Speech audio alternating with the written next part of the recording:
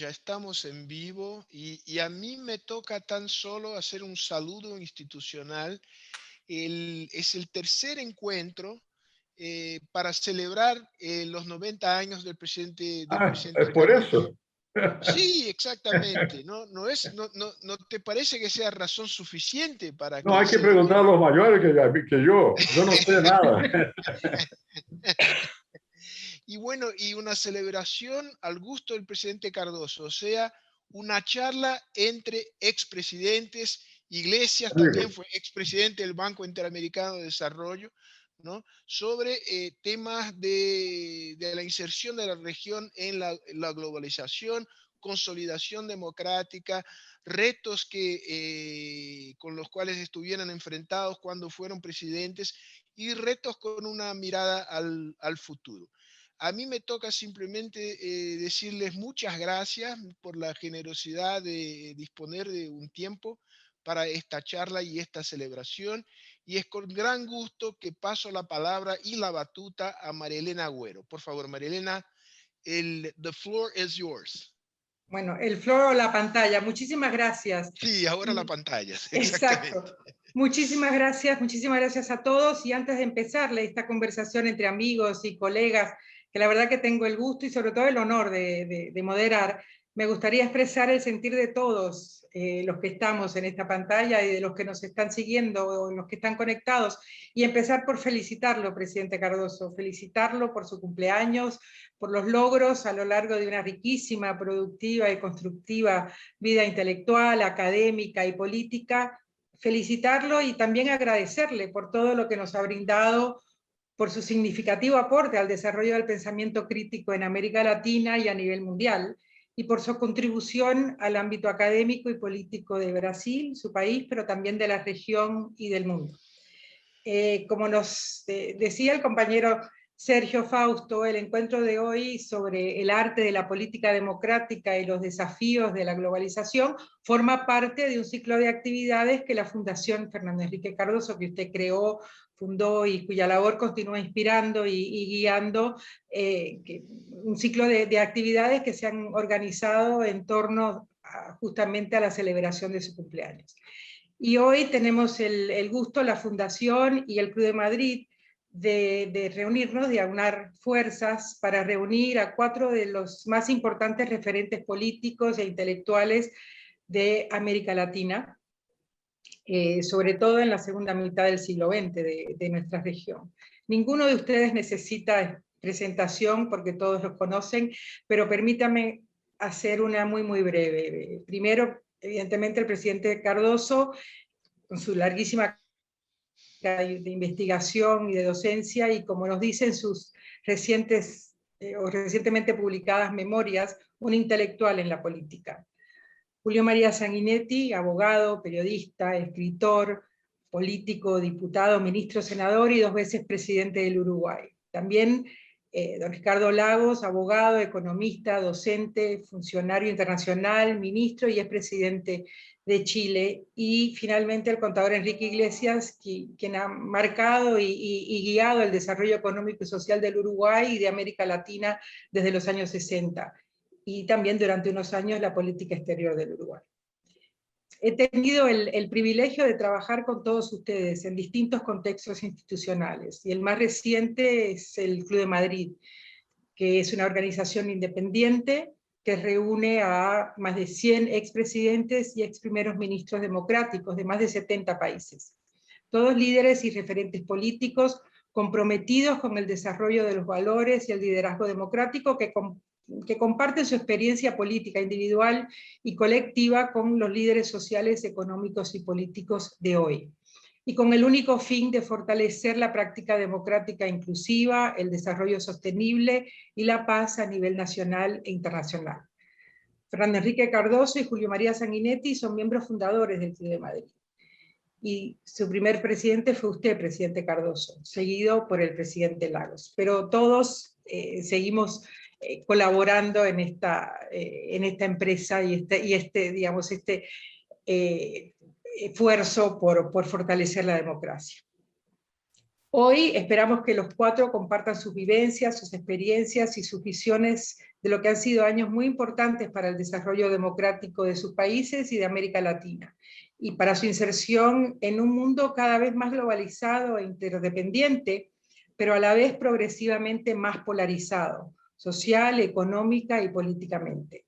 Queremos escuchar, aprender, compartir y mirar hacia el futuro. La idea es que la conversación fluya entre ustedes. Pero permítanme empezar con una pregunta inicial para todos. Y tengamos en cuenta que estamos con público, es decir, que interactuando con amigos que nos acompañan a través del streaming y de internet, y que se van a estar recibiendo preguntas vía el chat, mediante el chat de la plataforma Zoom y también la cuenta de la Fundación Fernando Enrique Cardoso. Entonces vamos a esa primera pregunta. Ustedes fueron todos testigos y actores de delicadísimos procesos de transición democrática, se enfrentaron y lograron dejar atrás las dictaduras militares y recuperar briosas, aunque frágiles, democracias. Sus transiciones se dieron más o menos en un mismo periodo, por lo menos en una misma década, y en una misma región, pero en países muy distintos entre sí. Las expectativas generadas en la ciudadanía por esa recuperación se fueron viendo, pues fue creciendo una desilusión, digamos, que se empezó a vislumbrar a lo largo de esos primeros años y sobre todo de estos últimos. Este fenómeno se ha dado en América Latina, pero también en otras regiones donde se han vivido transiciones democráticas importantes.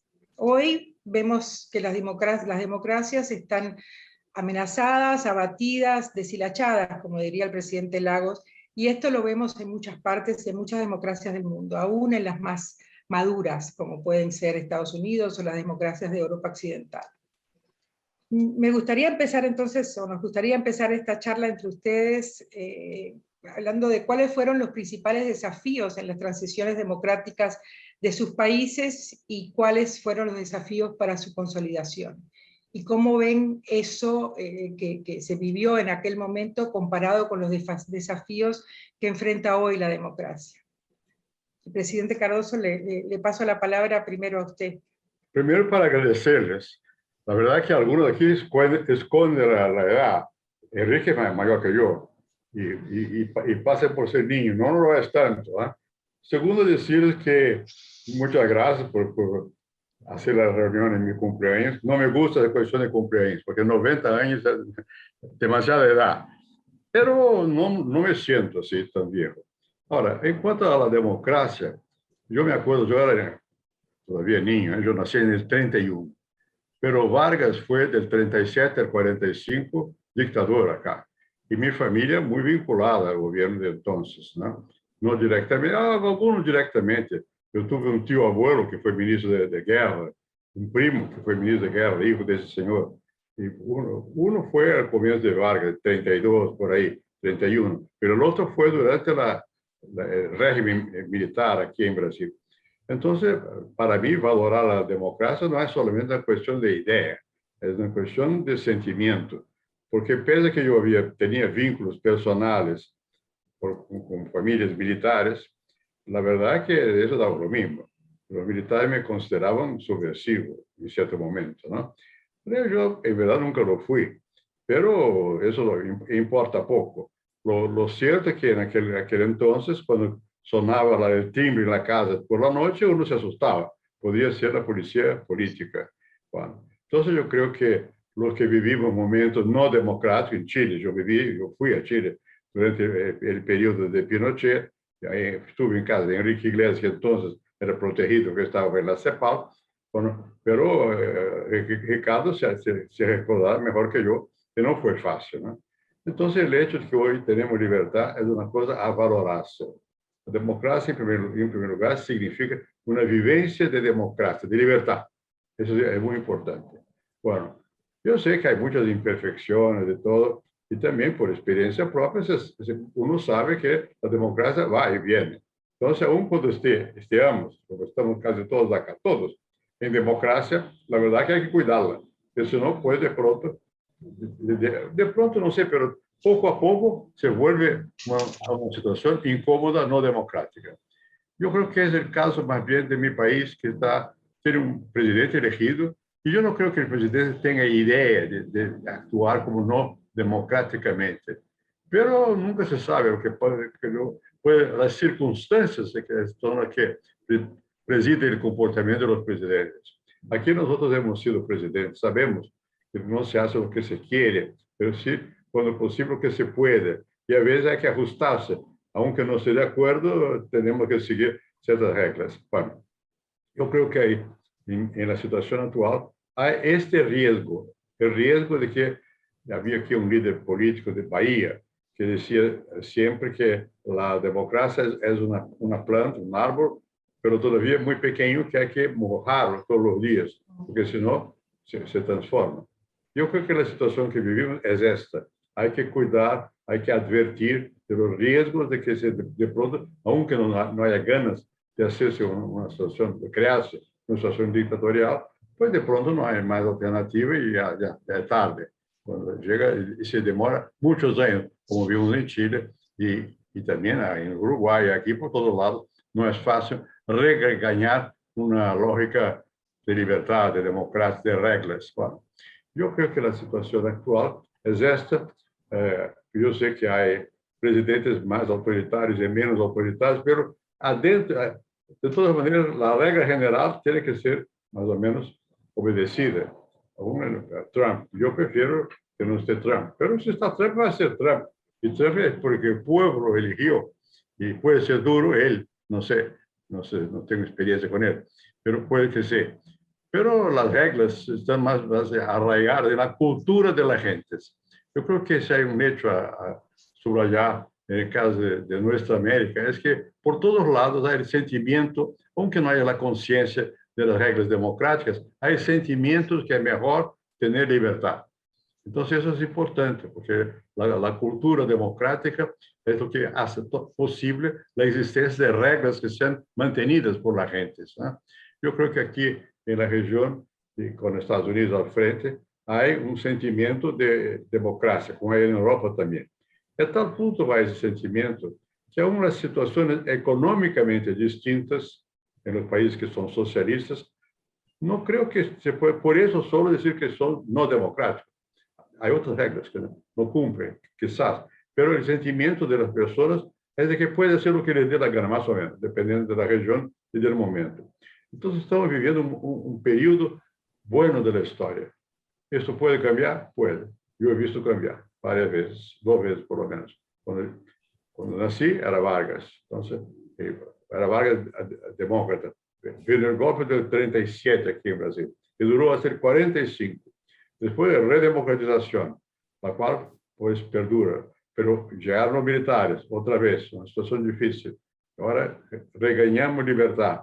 Hay que mantener, y yo creo que gente como nosotros que estamos jubilados, si me permite decirlo así, todavía la voz cuenta. Tenemos que hablar en defensa de las reglas, hablar en defensa de la libertad de las instituciones. Porque si hay alguna ventaja en ser viejo y haber ocupado posiciones, no tenerlas más, es que estamos más libres para decir lo que sentimos. Entonces, el momento es que hablemos mucho para mantener viva la llama de la libertad, de la democracia, porque quien vivió sin ellas sabe que no es mejor mantenerlas. Yo creo que hay riesgos, siempre hay riesgos, hay que mirar esos riesgos, hay que actuar frente a ellos, pero hay que mantener siempre la esperanza, la ilusión de que es posible una situación democrática y de libertad. Eso para empezar. Una profesión de fe.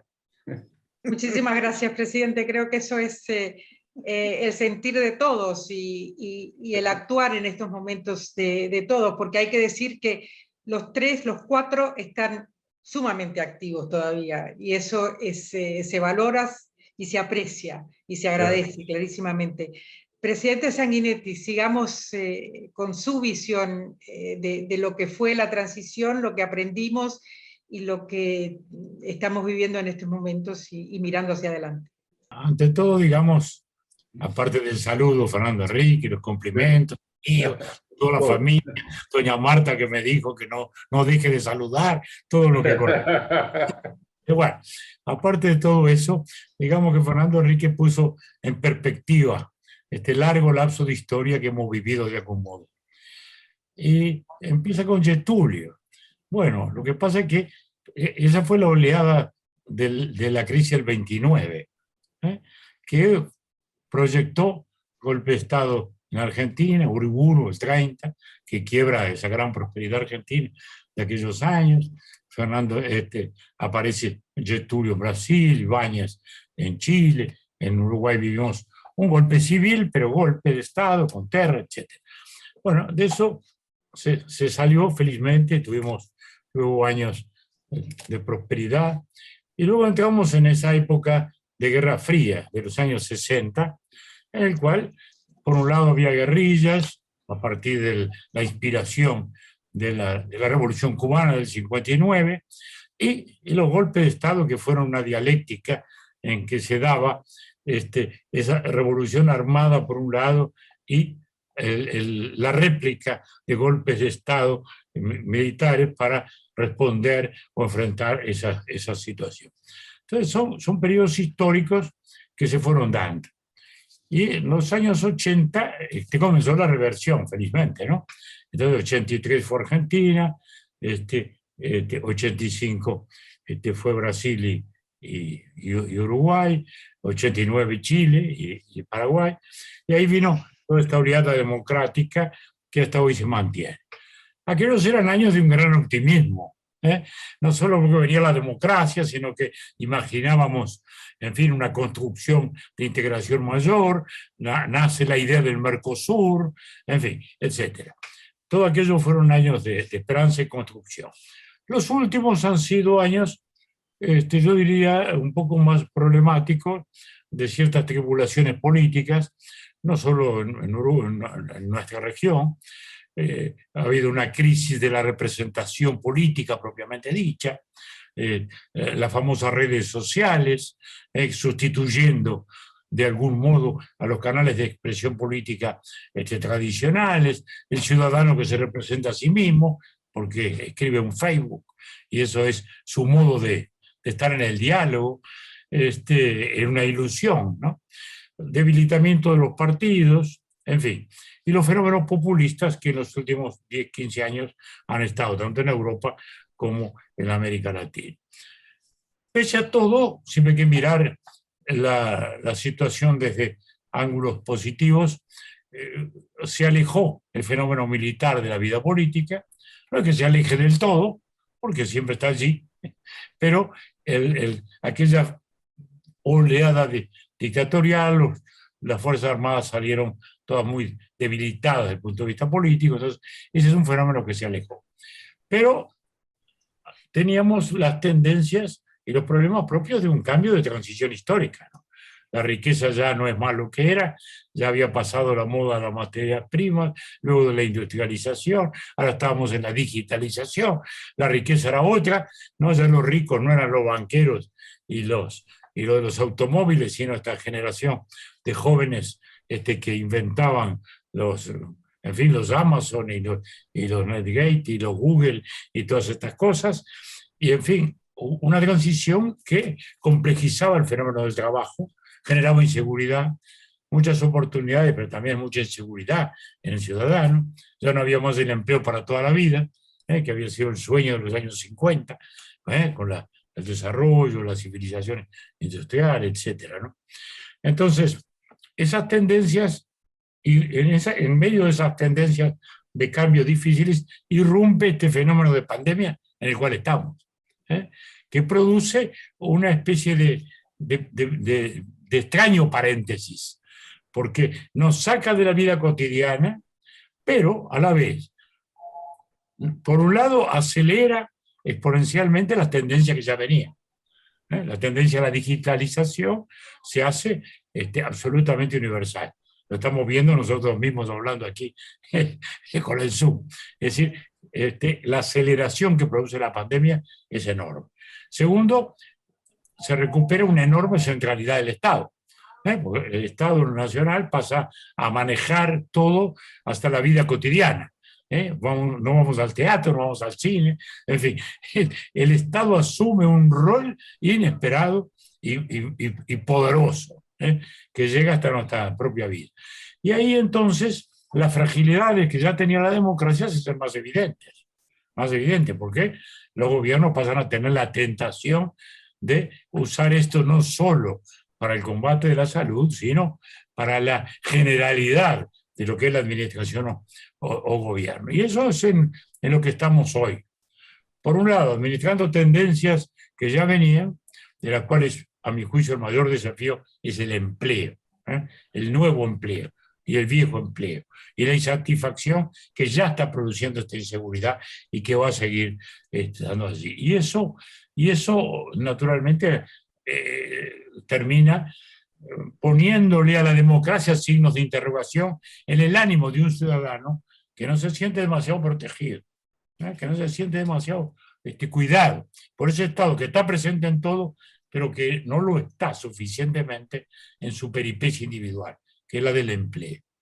De modo que me parece que aquí tenemos una perspectiva histórica grande, que estamos viviendo y que tenemos que tratar entre todos de conducir mejor. Yo empiezo por aquí, María Elena. Al pasar al presidente Lagos y retomando un poco lo que han dicho tanto el presidente Cardoso como el presidente Sanguinetti, me gustaría quizás enfocarnos o pedirle al presidente Lagos que trate el tema de la representatividad y la participación a nivel de ciudadanos en la democracia. El presidente Sanguinetti nos decía recién que el ciudadano se siente desprotegido hasta cierto punto frente a un Estado al que se llama a ser más fuerte por la pandemia y por las necesidades. Pero vemos esa tensión entre la representatividad y la participación.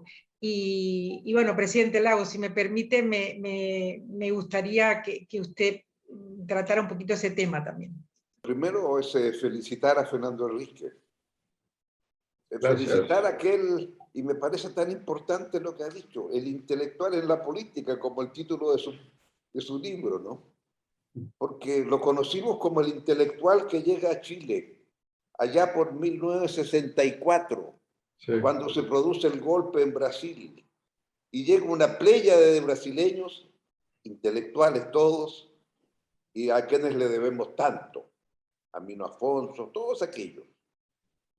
Y, por cierto, a Fernando Enrique Cardoso. Y se posesiona como un intelectual en medio de Chile, de ese país un poquito, ¿cómo decirlo? A ver, lejano, chico, comparado con Brasil, sí, pero donde Fernando Enrique se hizo un nombre a poco llegar.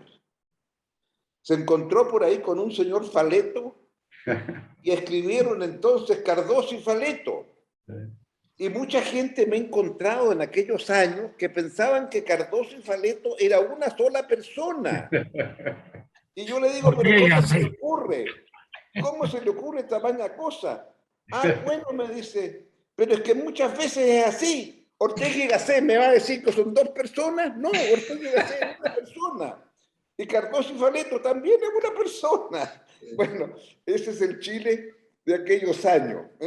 Y don Fernando Enrique se posesionó como un intelectual de fuste. Y lo conocimos ahí, en ese carácter, en el INPES. Y bueno, la vida nos llevó por tantos caminos, pero son los caminos de una época que se fue. Es la época cuando todos vivíamos insertos en la gran era de la revolución industrial. Y esa era de la revolución industrial nos marcó. Lo que ocurre es que al final del siglo XX ya comienza a emerger la revolución que sucede a la industrial, en un cambio epocal de la revolución industrial a la digital. Y seguimos pensando en muchos de los valores de la revolución industrial, donde lo importante es el ingreso per cápita, donde lo importante es un cierto sistema que emerge después de la Segunda Guerra Mundial para acabar con las guerras, después de la experiencia que tuvieron en la primera, que generaron entonces posibilidades de un nazismo porque tenía que pagar los costos de la guerra, porque fueron derrotados. Entonces, esa experiencia, Naciones Unidas y todo lo que se crea, es la culminación de la era de la industrialización, en donde lo importante es el capital para comprar los bienes de capital y el trabajo para hacer andar estos bienes de capital. Y ahí tiene usted entonces la calificación, bueno, hay que favorecer el capital para poder desarrollar e invertir y industrializarnos más rápidamente, y hay que proteger al trabajo porque las necesidades, etcétera, etcétera. Eso es cuando se producen la irrupción de las dictaduras, a las cuales ya se han referido Cardoso y el presidente Sanguinetti, y en la cual también caemos nosotros después de intentar primero una experiencia con Alessandri, hombre de la derecha, la experiencia demócrata cristiana, elemento nuevo que se importa directamente desde Europa, especialmente Italia, y luego la experiencia de Salvador Allende y el golpe. Entonces, esa expresión que ahí vivimos, bueno, cada una de estas, la forma de recuperar la libertad no fue fácil.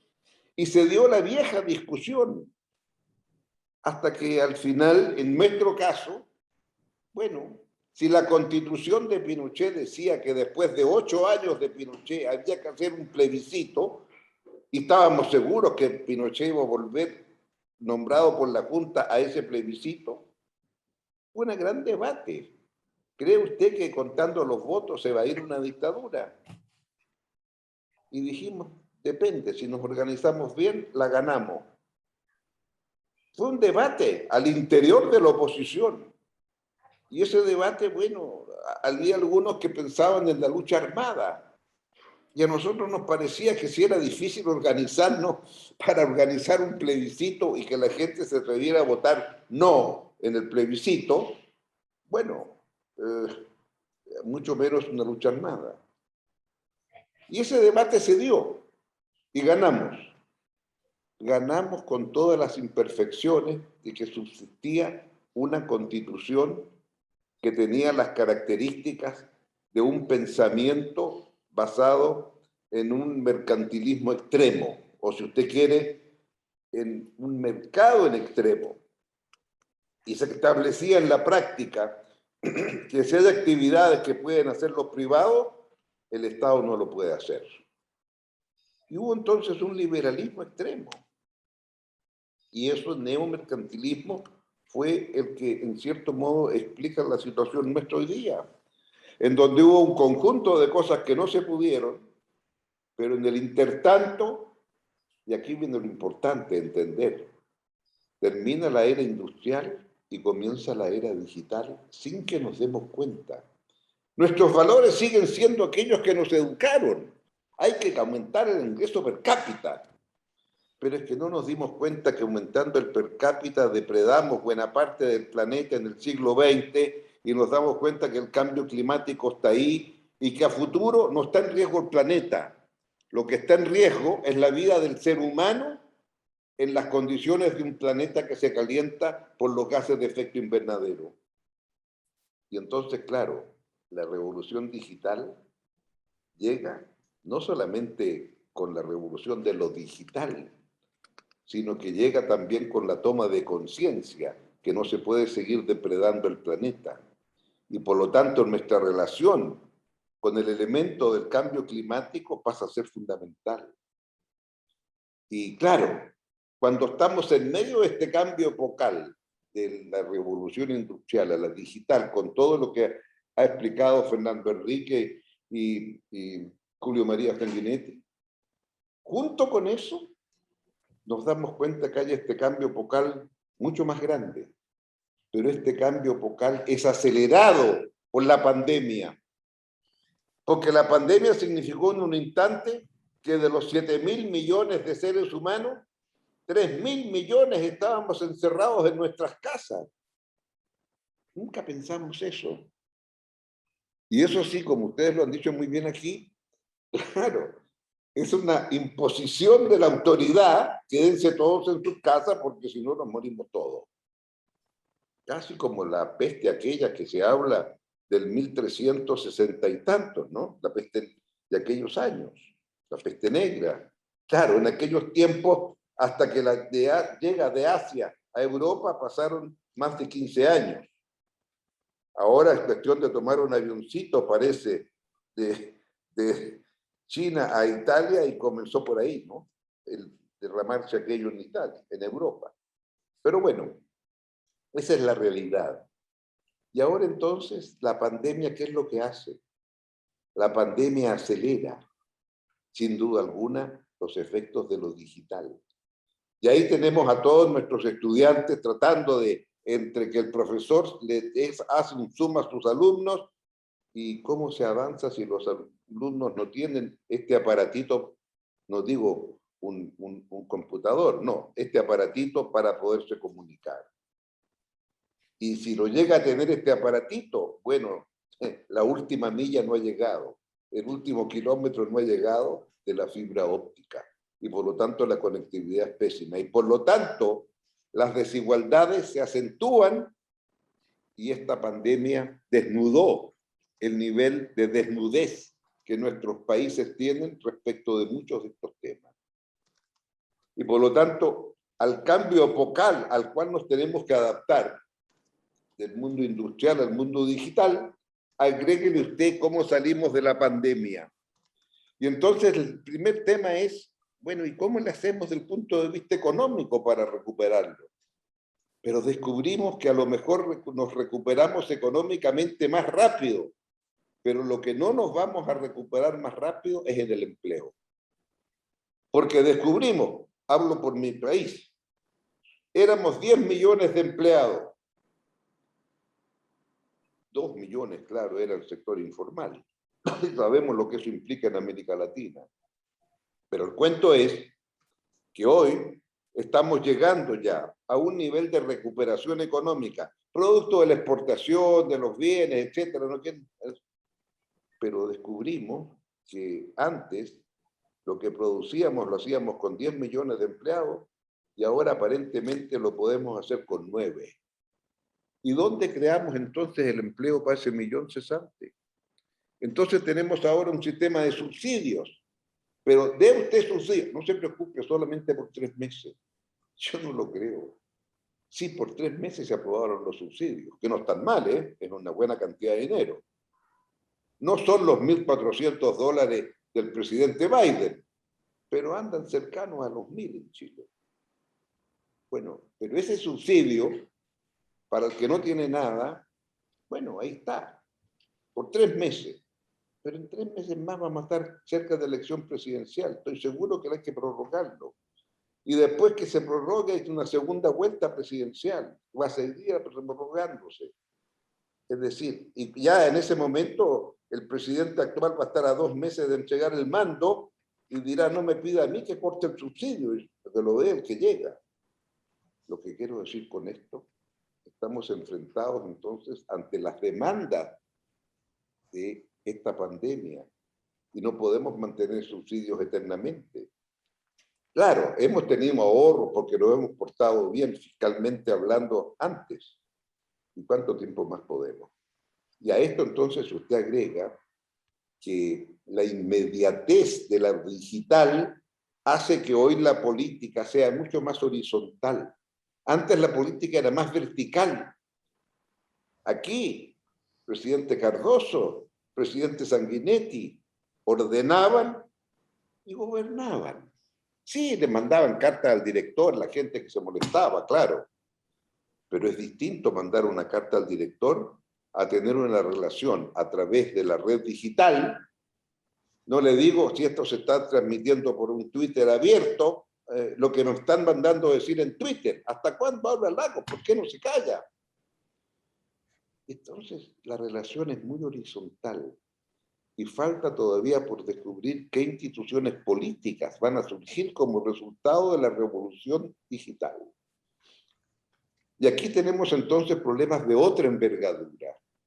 Y a esto usted le agrega entonces la inmediatez y la más importante de todas, yo creo, democracia ahora significa cómo aprendo a escuchar.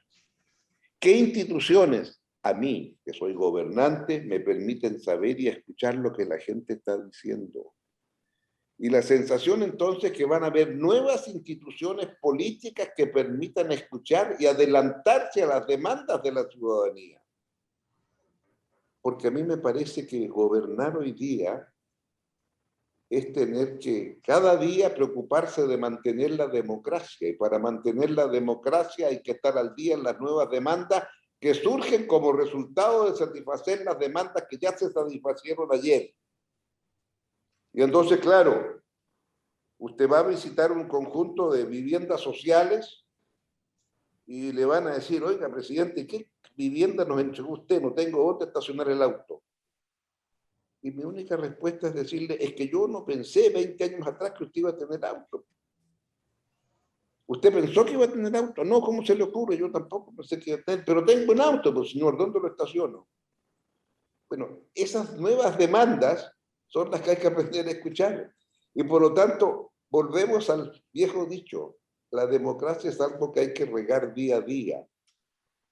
Lo malo es que el agua con que se riega día a día hay que combinarla con elementos nuevos cada día porque son demandas nuevas que ayer no existían. Baje usted la pobreza y va a tener nuevas demandas. Entonces, la primera, por supuesto, de las demandas es no volver atrás en la pobreza. Y esta pandemia ha hecho que muchos vuelvan a la pobreza. En Chile estábamos orgullosos que ya teníamos una pobreza bajo un dígito, menos 10%. Esta pandemia hizo que ahora volvamos a cruzar a los 2 dígitos. Y esto usted se da cuenta lo que implica. Entonces creo que el desafío es mucho más grande. Pero este desafío también, si usted lo coloca a nivel global, no puedo sino hacer una reflexión final. Antes teníamos la posibilidad de entendernos más adecuadamente entre los gobernantes latinoamericanos. Y digámoslo con franqueza aquí en esta reunión, en que está el presidente Cardoso, representante de ese gran Brasil, de ese gran país que es Brasil, pero para que América Latina sea escuchada en el mundo, primero miran a Brasil, después miran a México, después miran a Argentina, ahora a Colombia, y bueno, no existimos, porque no tenemos ninguna capacidad de actuar conjuntamente. Y este yo creo que es el tema más grave de nosotros, América Latina, en este momento. Y por ello me pareció tan importante para recuperar aquello,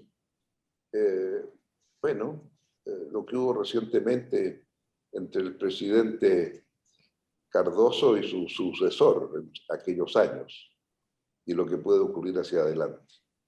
En suma, tenemos que seguir regando la planta de la democracia. Lo que pasa es que ahora, con las redes sociales, tenemos una relación mucho más horizontal.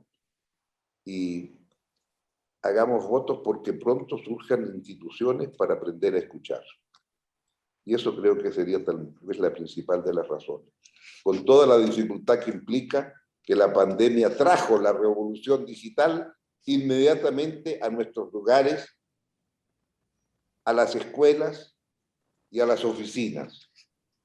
Como alguien me decía que trabaja en una institución autónoma muy respetable en Chile, que es el Banco Central, muchos funcionarios del Banco Central descubrieron que era mejor seguir trabajando desde sus casas. ¿Cuántos de ellos van a volver a sus oficinas?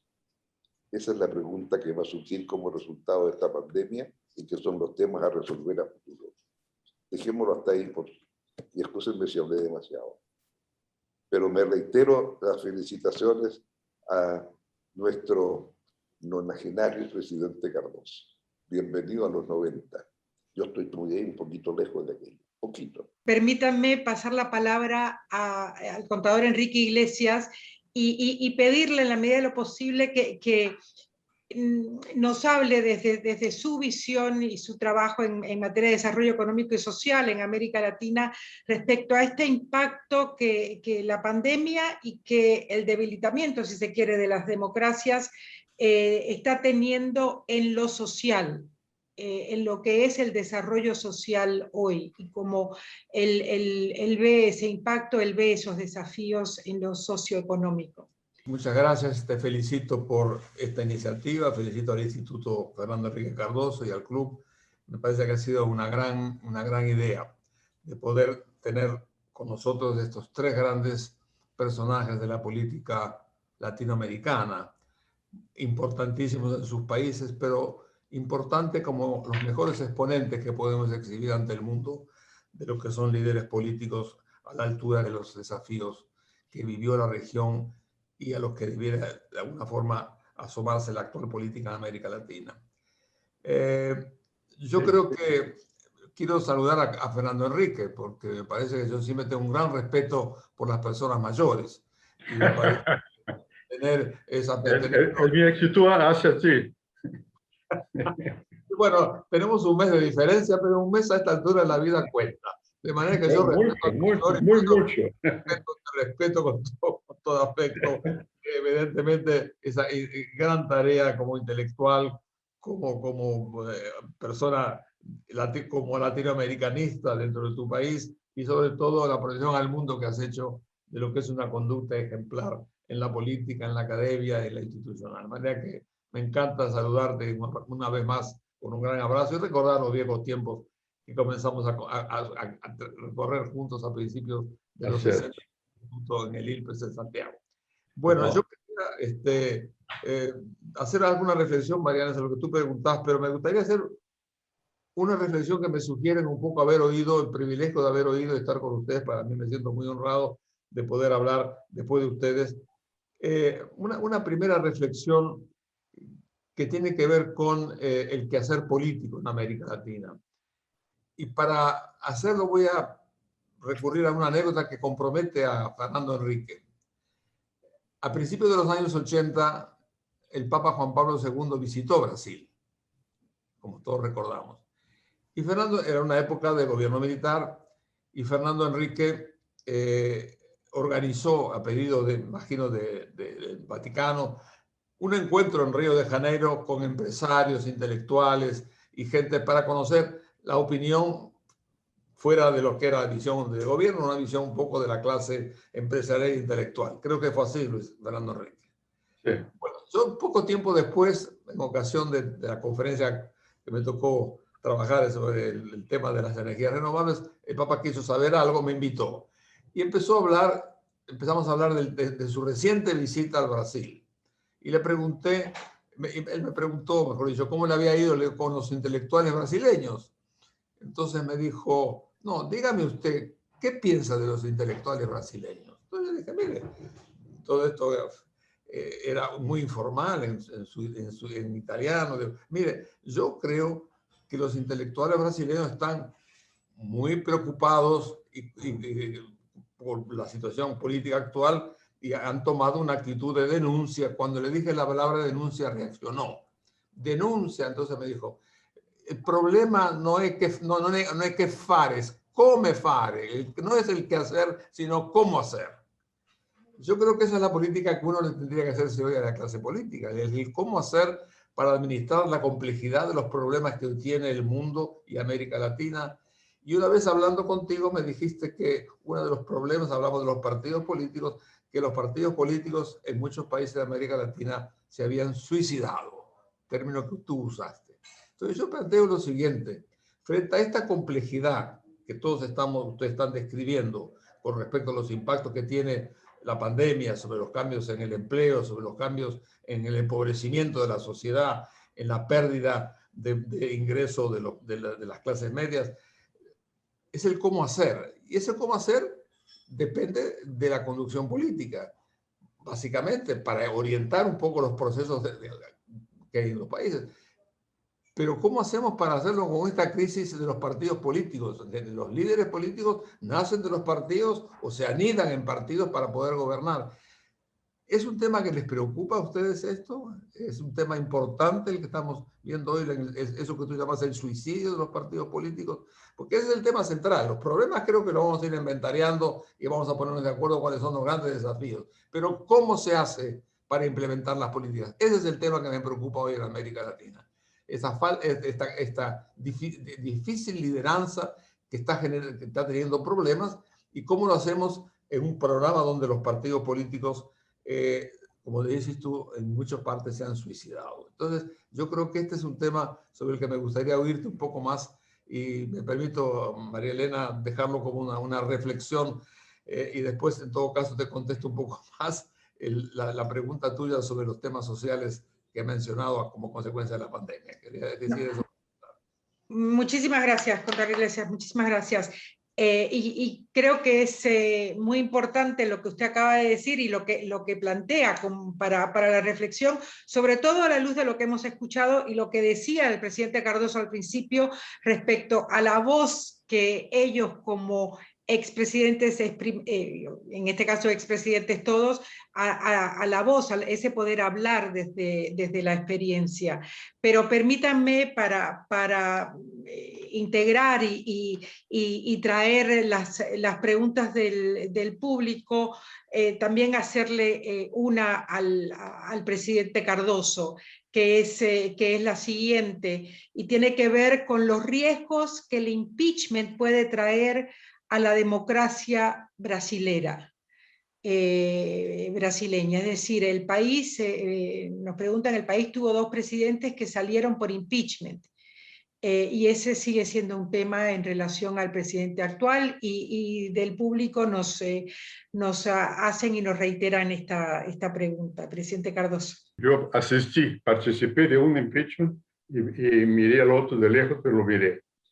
Yo personalmente creo que si fuera posible evitar el impeachment es mejor.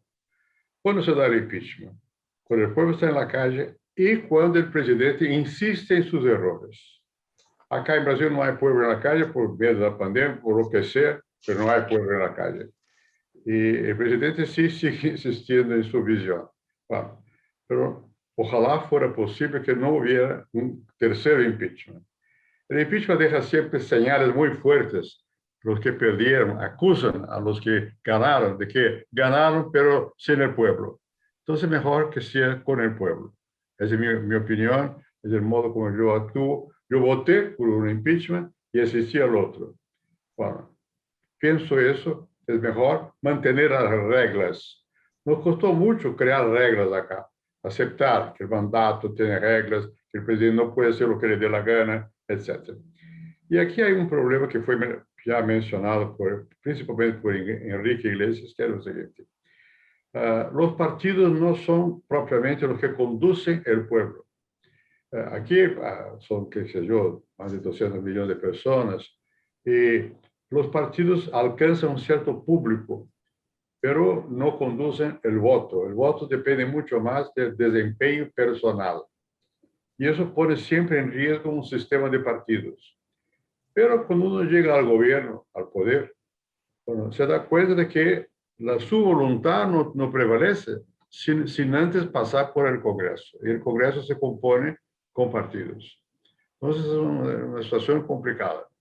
Yo creo que en la situación brasileña, de la cual yo conozco un poco más, el presidente tiene alguna posibilidad de éxito, o sea, de hacer que sus ideas sean aprobadas por el Congreso, si tiene el pueblo a su lado.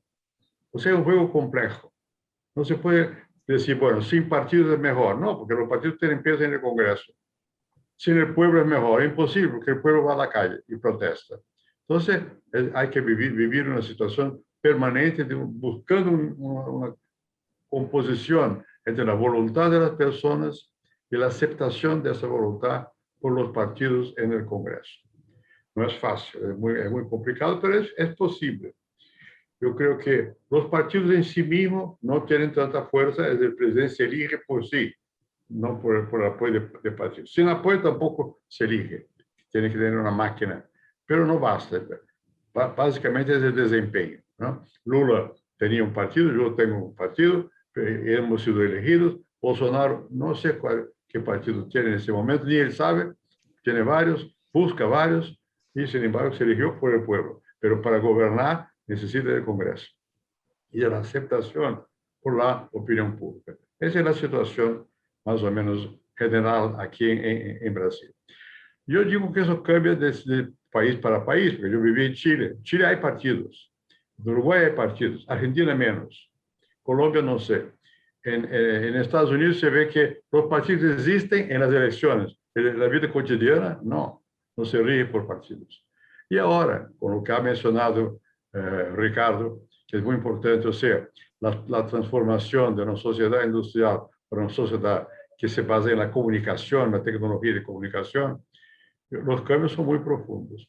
Yo era profesor en Berkeley en los años, no me acuerdo más, 70 creo yo, y entonces en Berkeley yo llevaba a mis hijos, que eran niños, para mirar la parte relativa a la tecnología más avanzada, que eran las computadoras y no sé cuánto. Era todo un juego ahí. Era la época de la guerra de Vietnam.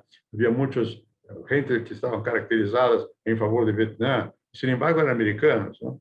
Bueno, era una confusión aparente, pero en verdad, a partir de aquel momento, la vida pasó a ser regida por lo que ya fue dicho acá, o sea, por la información cotidiana.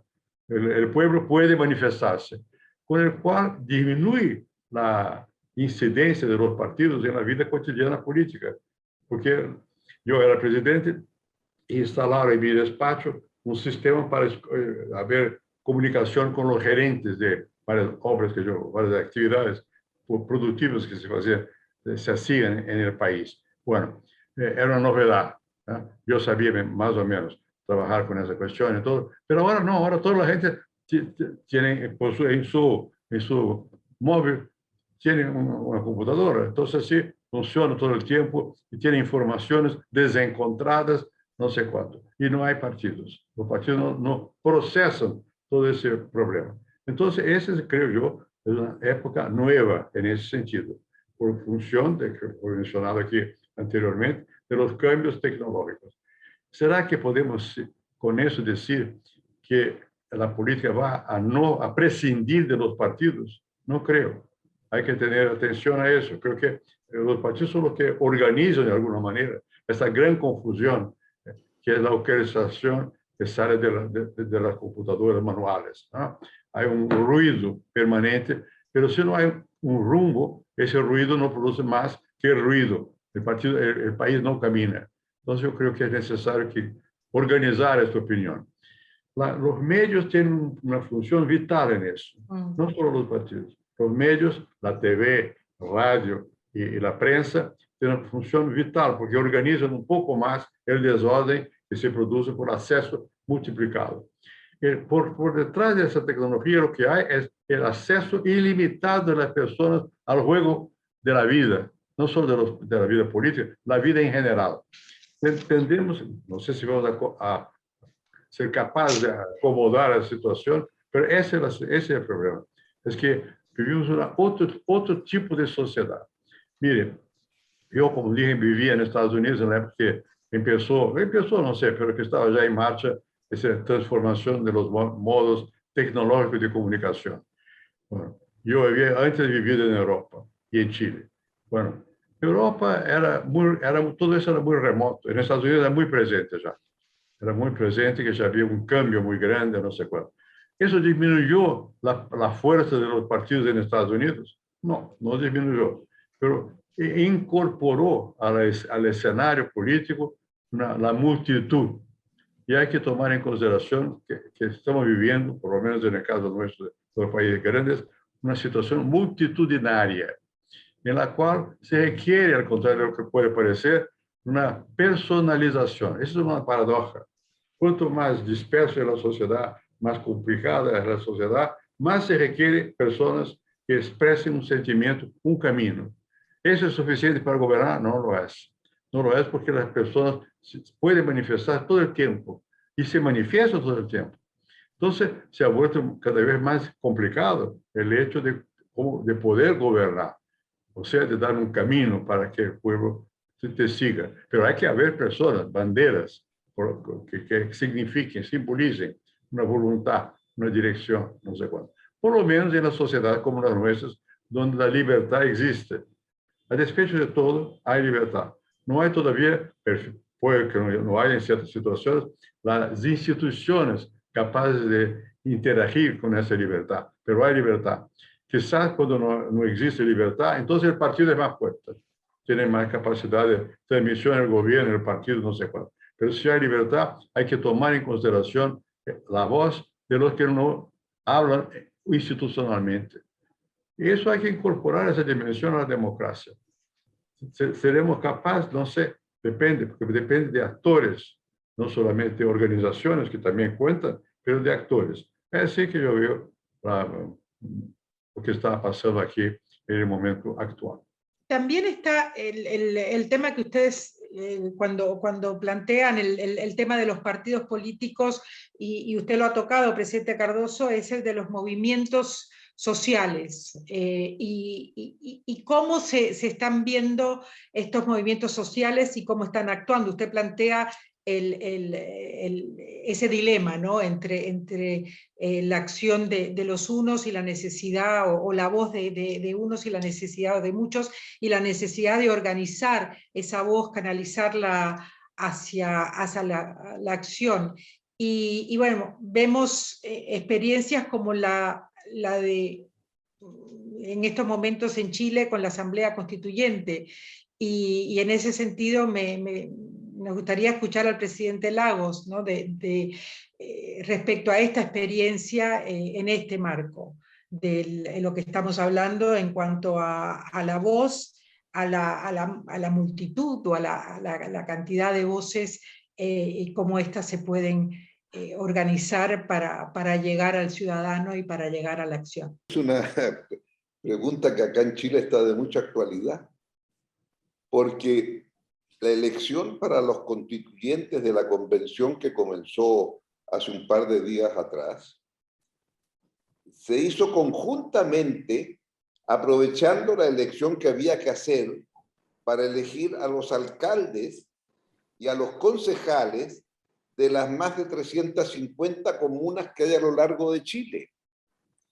Y junto con eso, por primera vez se iban a elegir gobernadores regionales, porque a los gobernadores de las regiones de Chile, que son 16, los designa directamente el presidente de la República. Y ahora se decidió que iban a ser elegidos por la ciudadanía y que el presidente a futuro iba a mandar un delegado presidencial, pero quien va a ordenar la relación a nivel regional va a ser el gobernador. Entonces, fíjese usted, se eligieron simultáneamente concejales en 350 municipios, o un poquito más, 350 alcaldes en cada municipio, y los 16 gobernadores regionales. Y además se eligieron los constituyentes. ¿Y los constituyentes quiénes eran? Eran personas que iban a ser elegidas de la misma manera que se eligen en las circunscripciones para elegir diputados, o sea, 155 diputados, iban a elegir 155 convencionales. Pues bien, mire qué interesante lo que pasó. Si usted mide el resultado electoral por los concejales o por los alcaldes, bueno, más o menos las fuerzas políticas se mantuvieron dentro del esquema que se podía predecir. Sin embargo, lo novedoso fue que para elegir de los constituyentes, ellos pidieron que se pudieran organizar los independientes, los ciudadanos independientes de una manera más expedita y pudieran juntarse, porque antes los independientes cada uno iba por su cuenta. ¿Qué ocurrió? Hubo un conjunto de ciudadanos independientes muy extenso que hicieron a través del WhatsApp pequeñas reuniones y se fueron coordinando al interior de cada uno de los distritos electorales. Y el resultado fue que de esos 155, pues aquellos que eran de llamada, comillas, lista del pueblo, así se autodenominaron ellos, bueno, se organizaron y la lista del pueblo sacó una cantidad enorme de convencionales. Y junto con este sistema hubo otros que fueron los independientes no neutrales, que también sacaron una cantidad muy importante de convencionales.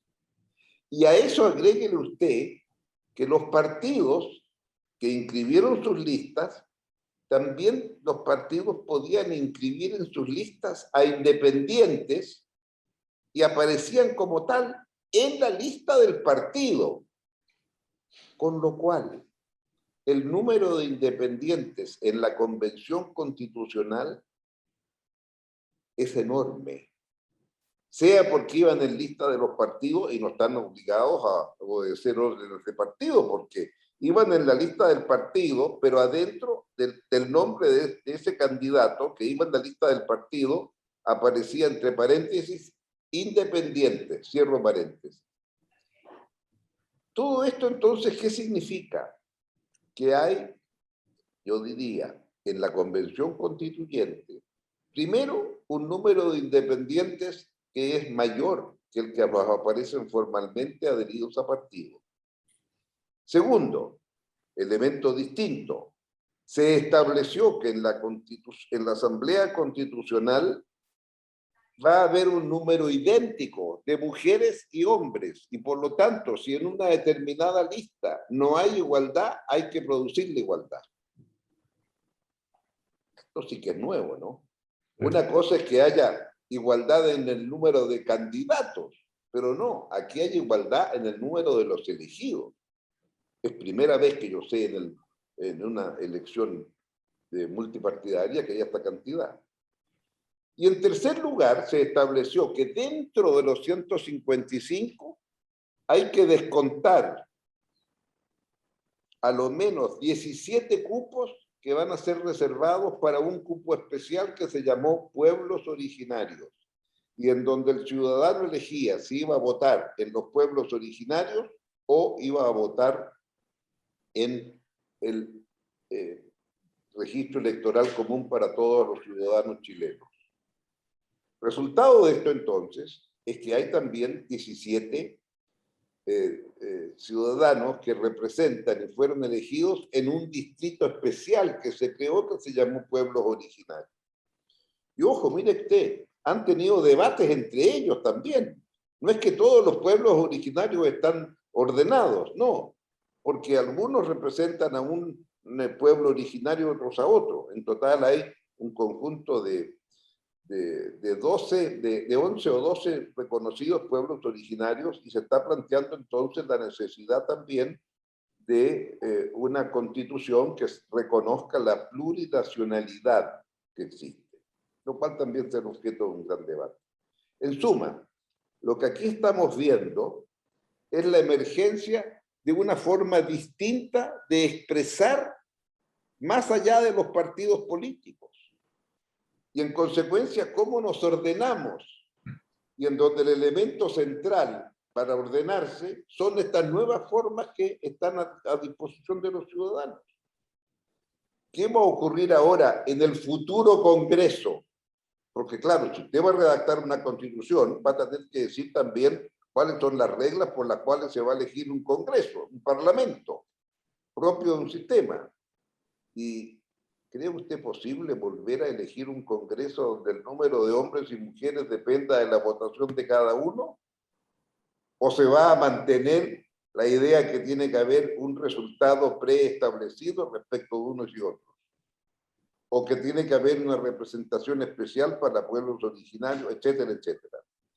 Creo que acá estamos en presencia de las nuevas instituciones y cuál va a ser el rol del mundo independiente. ¿Independiente de qué? De la ideología de los partidos políticos. ¿Qué ideología? ¿La ideología producto que se hereda de la revolución industrial? ¿O las nuevas ideologías que le explican el poder de estos entes que son creados a partir de esto? Mire usted que hay un conjunto de temas nuevos aquí. Yo creo que lo que ocurra en esta convención va a ser muy importante como un caldo de experiencias para compartir. ¿Y cómo entendemos entonces la preservación de un sistema democrático en donde lo más importante y lo que está en cuestión hoy día es qué quórum se requieren para tomar nuevas decisiones en una constitución. ¿Vamos a requerir quórum más allá de la simple mayoría?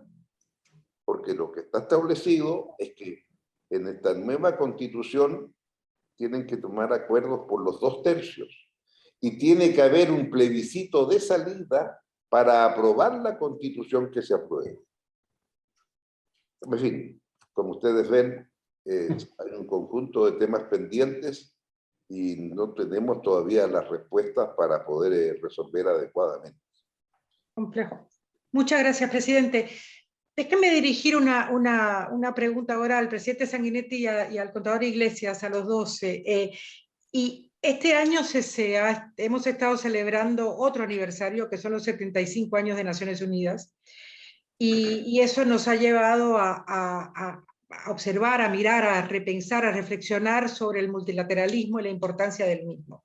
Sin duda, el multilateralismo ha jugado un papel muy importante en el mantenimiento de la paz en el mundo desde la creación de Naciones Unidas y también en materia de desarrollo económico-social y también político, y jugó un papel importante apoyando los procesos de transición democrática. Me gustaría escuchar al presidente Sanguinetti y al contador Iglesias en cuanto al papel que ellos ven hoy para los acuerdos regionales y acuerdos multilaterales, y cómo ese marco multilateral puede ayudar a transitar o a enfrentar y a buscar ese cómo al que se refería el contador Iglesias ante los desafíos que estamos enfrentando y que son desafíos tanto nacionales como globales. Presidente Sanguinetti. No, Enrique I, que es el más multilateralista. Vale. Bueno, contador Iglesias. Yo creo que el tema, por supuesto, yo soy un gran defensor y abogado por la gran tarea de las Naciones Unidas. Y yo creo que hay que seguir apoyando esta institución, es fundamental. Pero los tiempos están cambiando. Estamos entrando en una nueva época en el mundo. La Pax Americana, con la cual nacieron las Naciones Unidas en el año 45, están enfrentando nuevos desafíos, que es lo que tú me preguntabas anteriormente. El desafío, en primer lugar, que nos propone la salida de la pandemia, con sus impactos sociales de todo tipo, y especialmente los impactos en las clases populares, el aumento de la pobreza, la distribución del ingreso. Pero también están los desafíos que nos propone el empleo, que fue mencionado también por Cardoso, por el amigo Ricardo Lagos y Sanguinetti. El empleo es el tema central de la nueva etapa. Ese empleo, en el caso concreto del año cuando salimos de la Segunda Guerra Mundial, el empleo nosotros lo veíamos sobre la base de sustituir importaciones e industrializarnos. Fue la forma que tuvimos de emplear. Hoy en día el tema es un poco más complicado porque si estamos pensando en un mundo abierto tenemos que competir y eso nos obliga a ejercicios que son bastante complejos, sobre todo en el campo industrial. Algunos países como México, Brasil, en fin, los países grandes pueden aspirar a cierto grado de industrialización competitiva en el mundo que vendrá. Yo creo que en el fondo el elemento central para el futuro son los servicios, que son los que realmente generan empleo, los que van a generar empleo.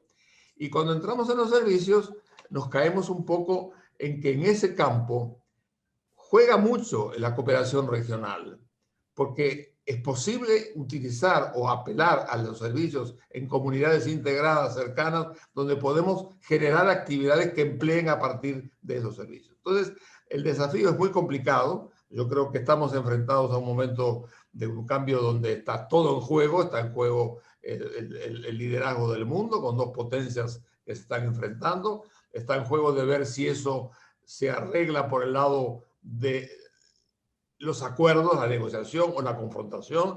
En todo eso vamos a estar nosotros con problemas, porque tenemos que sobrevivir en ese mundo complicado. Pero por tanto, en pensar que en este momento las soluciones son mucho más complejas las que tuvimos en el año 1945-50, cuando empezamos a pensar cómo crecer. Seguramente América Latina tiene algunas ventajas especiales, y es que tenemos materias primas, tenemos la tercera parte de las tierras arables del mundo, la tercera parte del agua dulce, tenemos el 25% de los bosques. Es decir, el país tiene, la región tiene una serie de elementos fundamentales que significa que desde el punto de vista de su inserción internacional tiene un canal abierto muy importante. El problema es qué hacemos con la generación de servicios, de la generación de empleo. Y en este campo es el gran problema que tenemos por delante, empleo de calidad. Entonces, ahí está un poco donde yo creo que importa mucho pensar en que la cooperación regional, que hoy está para de 650 millones de habitantes, puede ser un punto de despegue importante para la creación de servicios. Por eso que yo soy tan partidario de la integración regional como una forma de abrir espacio a esta nueva dinámica de la creación de empleo, que va a ser el problema del futuro. Esto es un poco lo que te podría decir, María Elena, como comentario. Yo retomo el tema de la multilateralidad y digo que si algo ha puesto en crisis la pandemia fue la multilateralidad, porque cada uno hizo lo que se le ocurrió. O sea, un fenómeno de pandemia global por definición, más global que ningún otro tema, ¿verdad? Más universal que ningún otro tema. Bueno, Estados Unidos hizo lo que quiso, China hizo lo suyo, en América Latina Brasil tomó un camino, México tomó otro camino, Argentina otro. Ha sido una expresión increíble de insolidaridad y de debilitamiento de lo que es esa institucionalidad multilateral que ha sido justamente la gran construcción de la paz luego de la Segunda Guerra Mundial. Y ese es un desafío enorme que está allí, ¿eh? Yo diría que estamos en eso con una enorme dificultad, enorme dificultad. Eso lo puso en evidencia la pandemia. Y ahí ahora estamos asistiendo, digamos así, a una nueva bipolaridad o una nueva competencia, que además los propios líderes lo están hablando así. Hablo de Estados Unidos y hablo de China, que claramente, ¿no?, sin ningún circunloquio ni ningún eufemismo, hablan del desafío que tiene uno con relación al otro. Bueno, y eso es complicado. Lo es complicado también para una América Latina a la cual la ponen un poco en el camino de la opción. Estamos más para Estados Unidos, estamos más para China, ¿no? Cuando enfrentamos en la realidad una situación muy peculiar, que ha sido la deserción de Estados Unidos en América Latina, periodo Trump fundamentalmente, y la expansión de China en América Latina en esos mismos años. De modo que hoy estamos en una situación inesperada y muy relevante, que requiere un gran sentido estratégico, un gran sentido de la gran diplomacia, diría yo, ¿no? Porque América Latina tiene eso, ya una China que creció enormemente en nuestro ámbito, y un Estados Unidos que recién aparece hoy, más o menos de un modo tímido, tratando de recuperar una presencia que había perdido.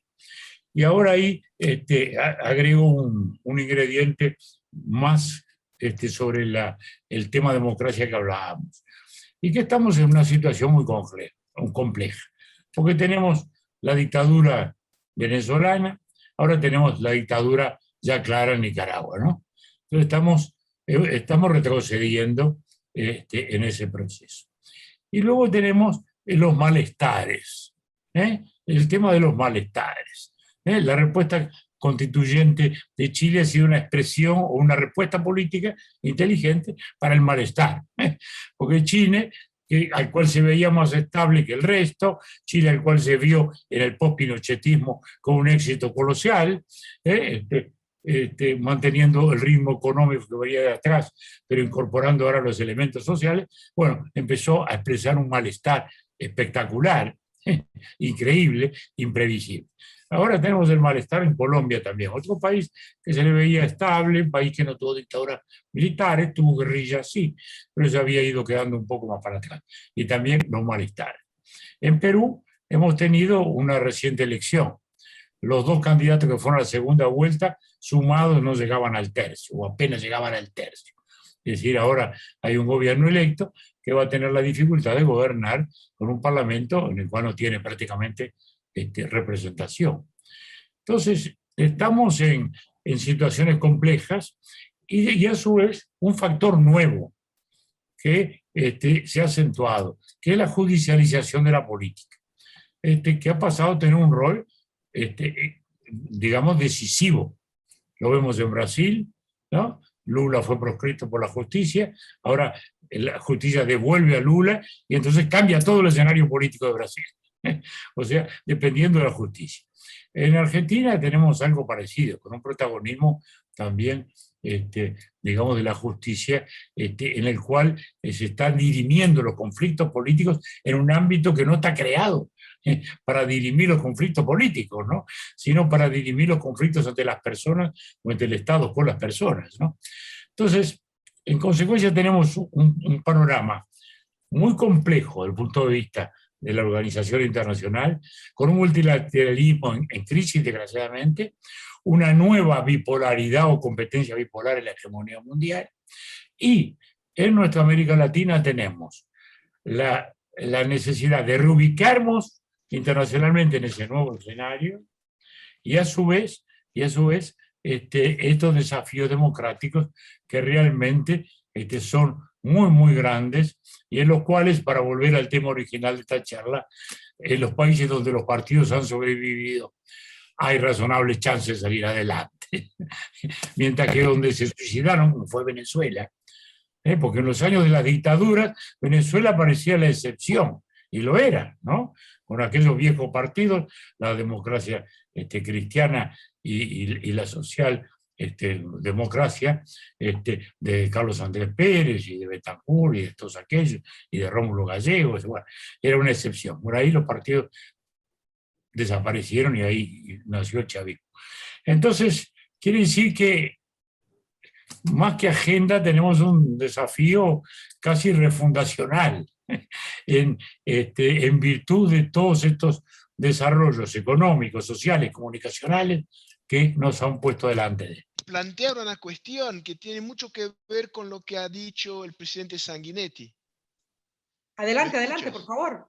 No, me parece que podemos aquí vincular los dos desafíos, el desafío de la inserción en el nuevo escenario global, caracterizado por una pugna creciente entre dos gigantes, ¿no?, con influencia en la región, China y Estados Unidos, y el tema democrático. Me voy a lo que dijo el presidente Biden, que definió la batalla del siglo XXI como una batalla entre la democracia y el autoritarismo, ¿no? Por detrás de esto, claramente, liderazgo chino, autoritarismo, liderazgo democrático, democracia, liderazgo americano. Estamos enfrentados a este dilema, que es un dilema muy distinto de lo que había cuando en el tiempo de la Guerra Fría, porque Unión Soviética era una potencia, por decirlo de alguna manera, evitable. No teníamos conexión económica con el mundo soviético, ¿no? Había un tema político ideológico. Con China es distinto, ¿no? Y yo quisiera escucharles qué tipo de dilema económico, político, ideológico plantea para América Latina la pugna entre los dos gigantes globales. Un solo párrafo, María Elena. La diferencia mayor que existe con la época anterior es que Rusia no tenía esa presencia económica, pero intentaba que su régimen político, el comunismo, se difundiera en el mundo. Mientras que China se parece mucho más al viejo imperio británico.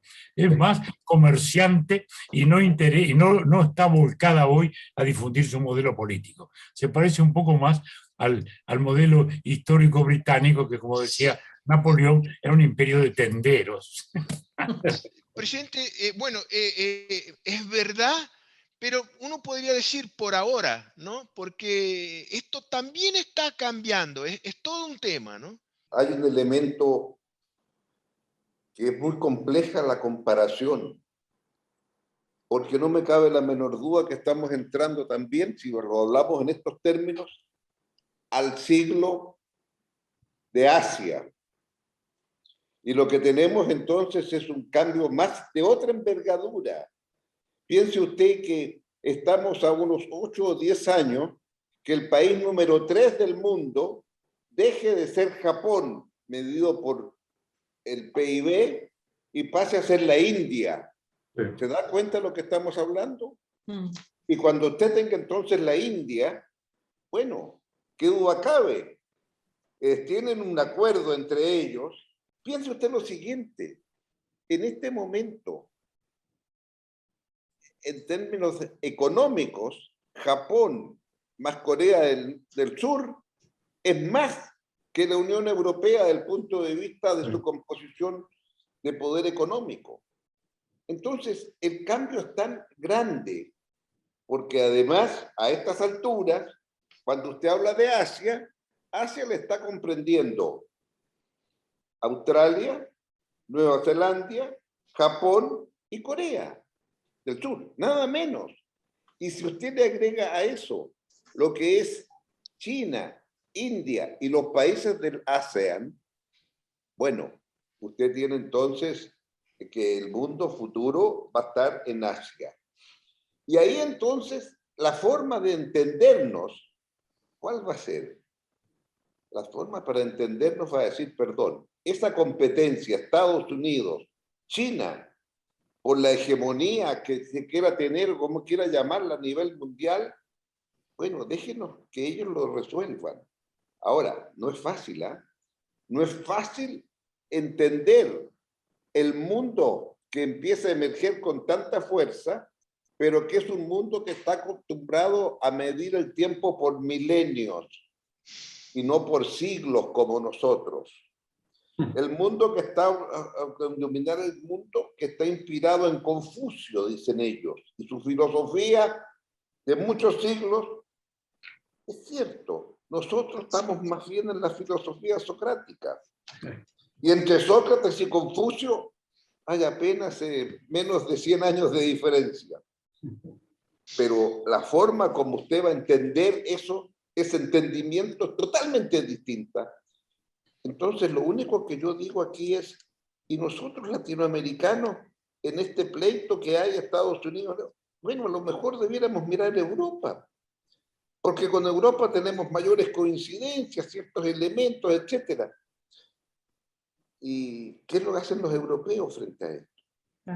Y los europeos también están bastante complicados, diría yo. Entonces, ¿cómo vamos a ordenarnos entre nosotros? Si entre nosotros todavía los latinoamericanos estamos con dificultades para entendernos. Y aquí yo creo que efectivamente hay temas que nos podrían convocar, como es, por ejemplo, y lo ha dicho con mucha claridad el presidente Sanguinetti. Bueno, nos ordenemos en torno a la pandemia. Podemos tener entonces un gran acuerdo internacional porque las pandemias van a seguir existiendo con nosotros desgraciadamente por mucho tiempo.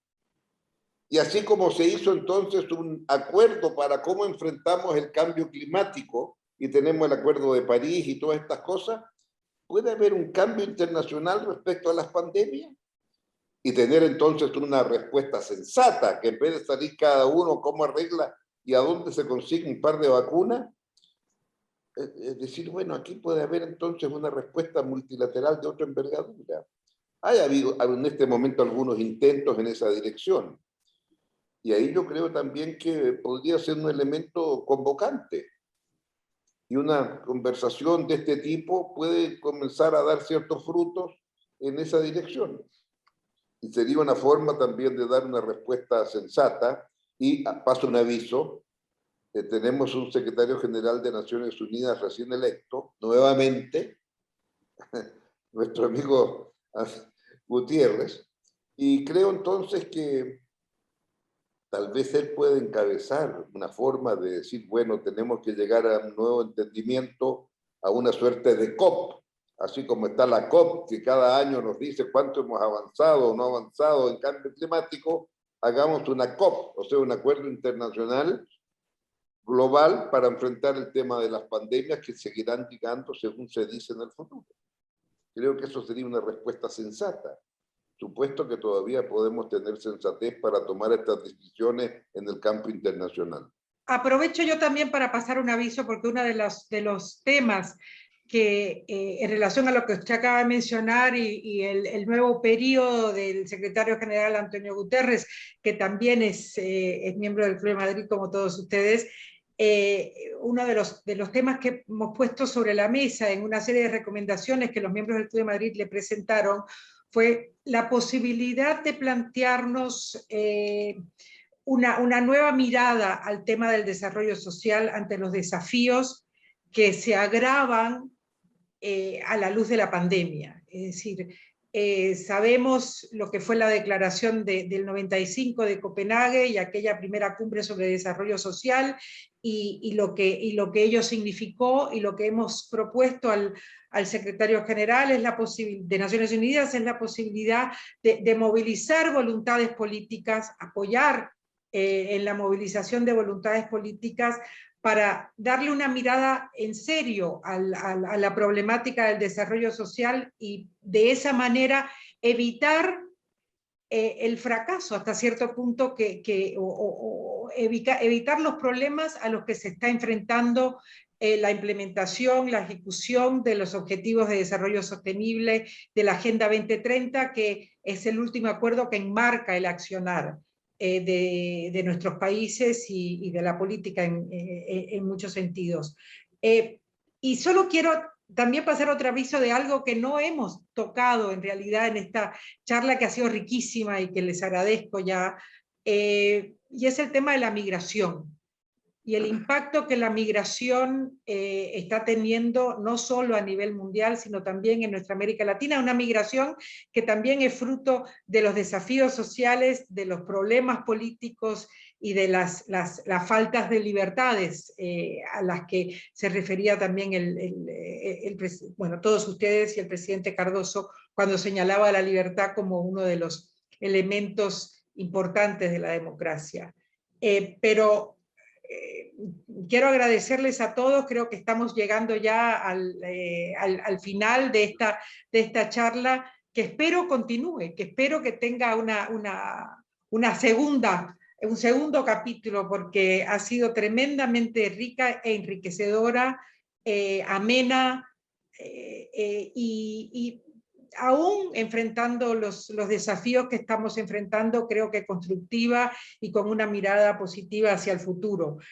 No dejar de volver a felicitar al presidente Cardoso y aprovechar también para felicitar al contador Iglesias y recordarles que el cumpleaños se festeja durante todo el año, no solo el día, así que sigamos festejando durante todo el año estos dos aniversarios y sigamos, si se puede, compartiendo el tiempo, la pantalla y compartiendo sus visiones y su inteligencia. Muchísimas gracias. A ustedes. Quizás, Muchísimas gracias. Elena, Un abrazo a los nonagenarios. Muy bien. Recordar que hoy Edgar Morin cumple 100 años. Es verdad. Entonces hay que mantener la ambición del centenario. Absolutamente. Siempre recuerdo, y ayer le decía a Enrique Iglesias que siempre recuerdo que él decía, hay que vivir para verlo. Así que sigamos viviendo para verlo. Muy bien. Yo conozco a Edgar Morin. Él tiene una vitalidad que ojalá tengamos también. No sé, vamos a ver. No es fácil. En el caso de él, el bicentenario sea la ambición del Edgar Morin. Así, claro. Muchísimas gracias. Gracias, Muchísimas gracias por todo. todo. Gracias a todos. Adiós. Un abrazo. Adiós. Gracias.